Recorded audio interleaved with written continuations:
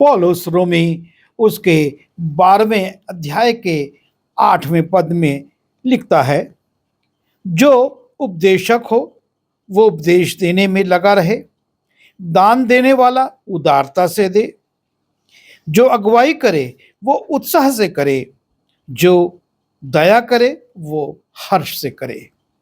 और यहाँ पर पौलुस 4 दानों के विषय में लिखता है। परमेश्वर ये चाहता है कि इन दानों का उपयोग उसके लोग मजबूरी से नहीं करें, पर उत्साह और आनंद के साथ अपने जीवन में उपयोग में लाएं। परमेश्वर ये नहीं चाहता है कि हम कोई भी काम मजबूरी में करें। वो चाहता है कि हम जो भी काम करें, चाहे छोटा हो चाहे बड़ा हो, उत्साह के साथ करें, आनंद के साथ करें, समर्पण के साथ करें। जब हम क्रम में चल रहे थे, 6वें और 7वें पद में हमने 3 दानों के विषय में अध्ययन किया था। पहला भविष्यवाणी, दूसरी सेवा और तीसरा सिखाने वाला। इन 3 दानों के बाद चौथा जो 8वें पद में है, और वो दान है जो उपदेशक हो वो उपदेश देने में लगा रहे। परमेश्वर यह चाहता है कि जो उपदेशक हो वो उपदेश देने में लगा रहे, परंतु यह बहुत जिम्मेदारी से भरा हुआ दान है, क्योंकि लोगों की आत्मिक लापरवाही को दूर करने के लिए और उनको आत्मिक रूप से उत्साहित करने के लिए इसका उपयोग किया जाना है।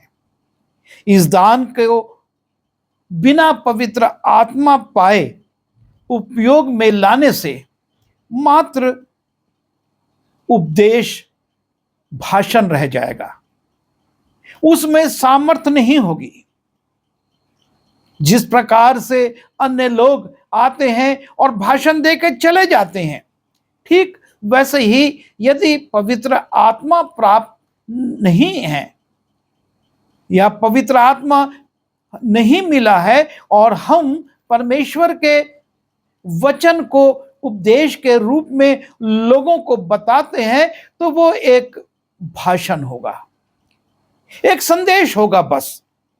लेकिन जब हम पवित्र आत्मा से भरकर, पवित्र आत्मा से परिपूर्ण होकर परमेश्वर के वचन को लोगों में बांटते हैं, तो वो प्रभावकारी होता है।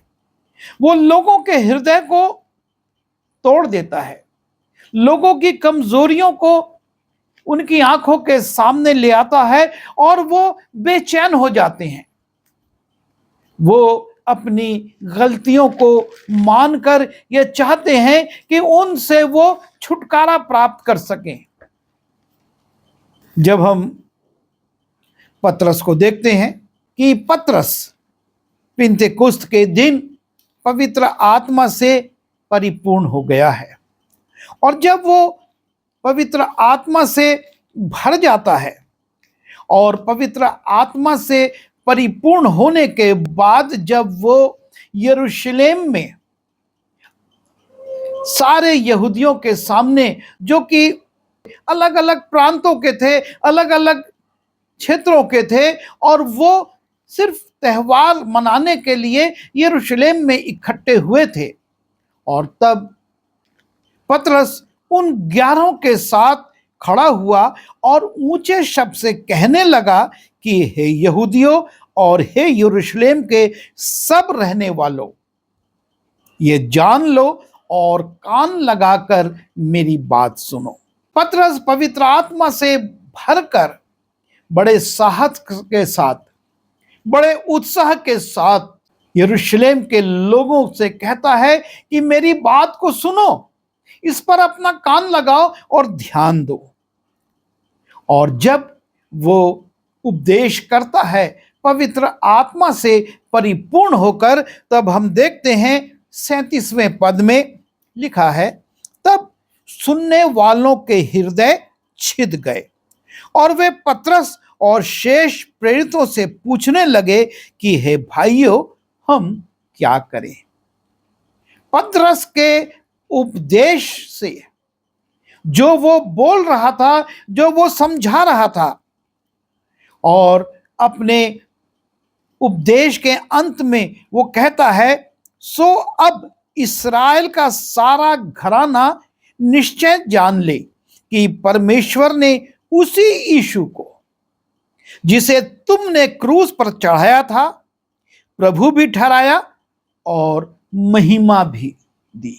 वो बड़ी स्पष्टता के साथ उपदेश दे रहा है और कहता है कि सारा इस्राएल का घराना निश्चय जान ले कि परमेश्वर ने उस यीशु को, जिसे तुमने क्रूस पर चढ़ाया, उसे प्रभु भी ठहराया और मसीह भी। और जब वो ये उपदेश देता है तो लोगों के हृदय छिद गए और वो पूछने लगे, हे भाइयों, हम क्या करें? और तब हम देखते हैं 41वें पद में, सो जिन्होंने उस वचन को ग्रहण किया उन्होंने बपतिस्मा लिया। ना सिर्फ लोगों के हृदय छिद गए, उनको अपनी कमजोरी नजर आने लगी कि हमने एक बहुत बड़ी गलती करी है, यीशु मसीह को क्रूस पर चढ़ाया, जो कि प्रभु है, जो कि मसीहा है।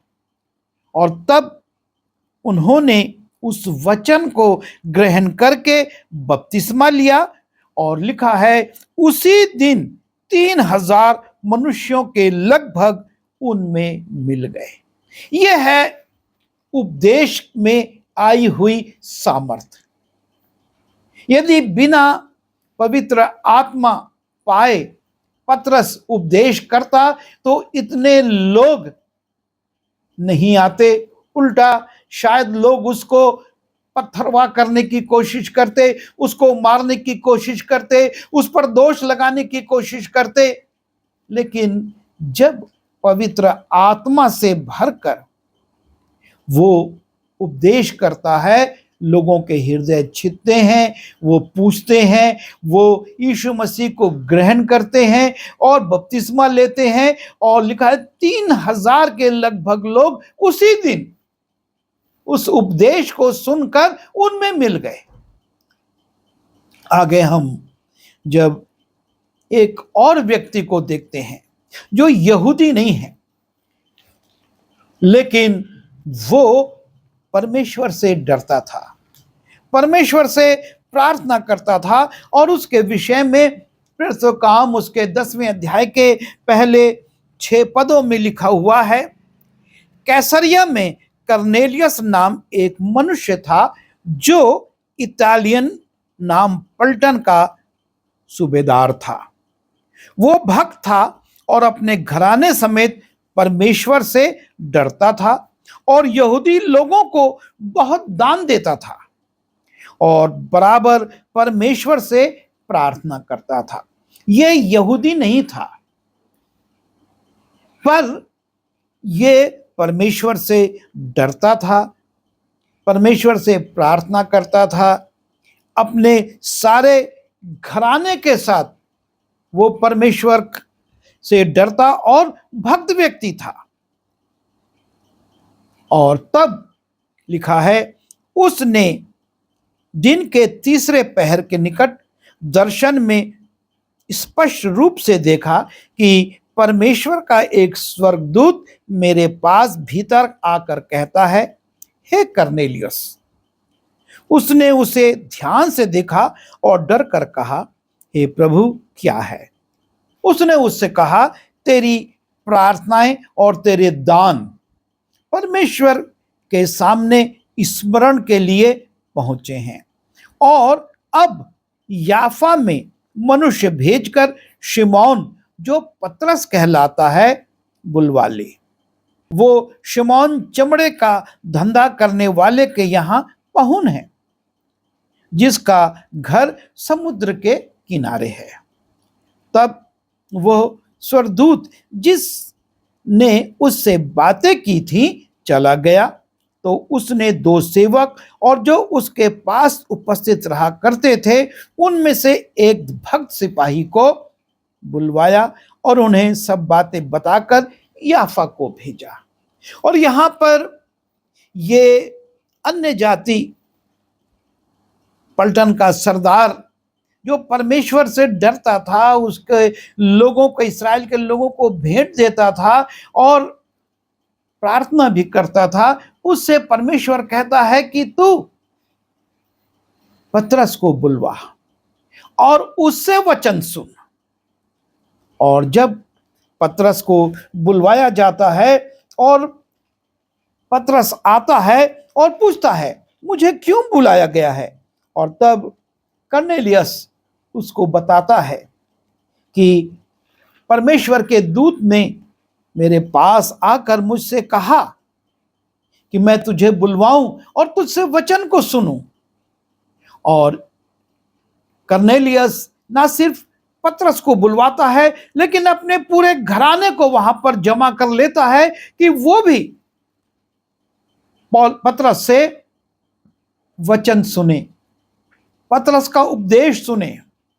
और 44वें पद में लिखा है, पतरस ये बातें कह ही रहा था, परमेश्वर के वचन में से पतरस प्रचार कर ही रहा था कि पवित्र आत्मा वचन के सुनने वालों पर उतर आया। वह उपदेश सुनने वाले भी पवित्र आत्मा से भर गए। ना सिर्फ उपदेश सुनाने वाला पवित्र आत्मा से भरा हुआ था पतरस, लेकिन लिखा है कि वचन के सुनने वाले पवित्र आत्मा से भर गए। और जितने खतना किए हुए विश्वासी पतरस के साथ आए थे, वे सब चकित हुए कि अन्य जातियों पर भी पवित्र आत्मा का दान उंडेला गया है, क्योंकि उन्होंने भांति भांति की भाषा बोलते और परमेश्वर की बड़ाई करते सुना।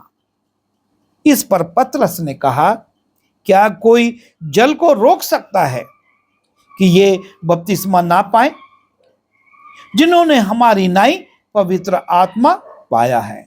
और उसने आज्ञा दी कि उन्हें यीशु के नाम से बपतिस्मा दिया जाए। और यह है पवित्र आत्मा से भरकर जब पवित्र वचन प्रचार किया जाता है तो सामर्थ के काम होते हैं और उपदेश लोगों के हृदय में काम करता है और वो पवित्र आत्मा से भर जाते हैं।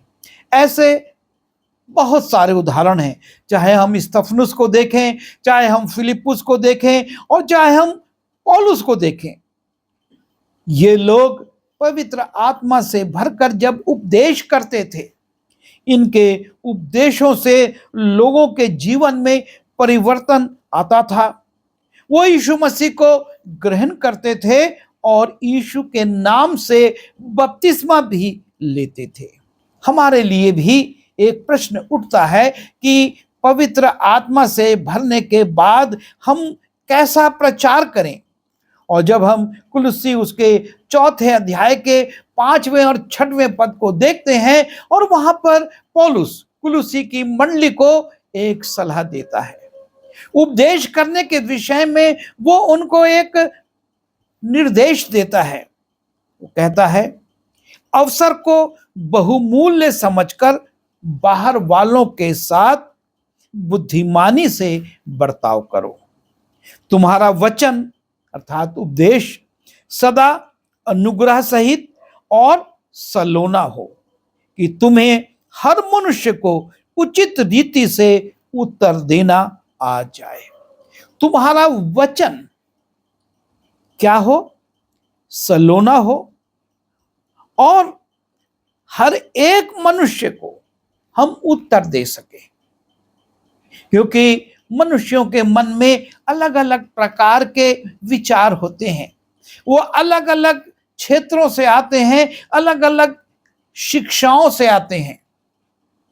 और तब जब हम पवित्र आत्मा से भरकर उनको प्रचार करते हैं तो हमारा वचन अनुग्रह सहित अर्थात दया के साथ, प्रेम के साथ और सलोना हो, लोगों को समझ में आए, वो उसकी गहराई में जा सके और हम हर एक मनुष्य के मन की शंकाओं को दूर कर सकें।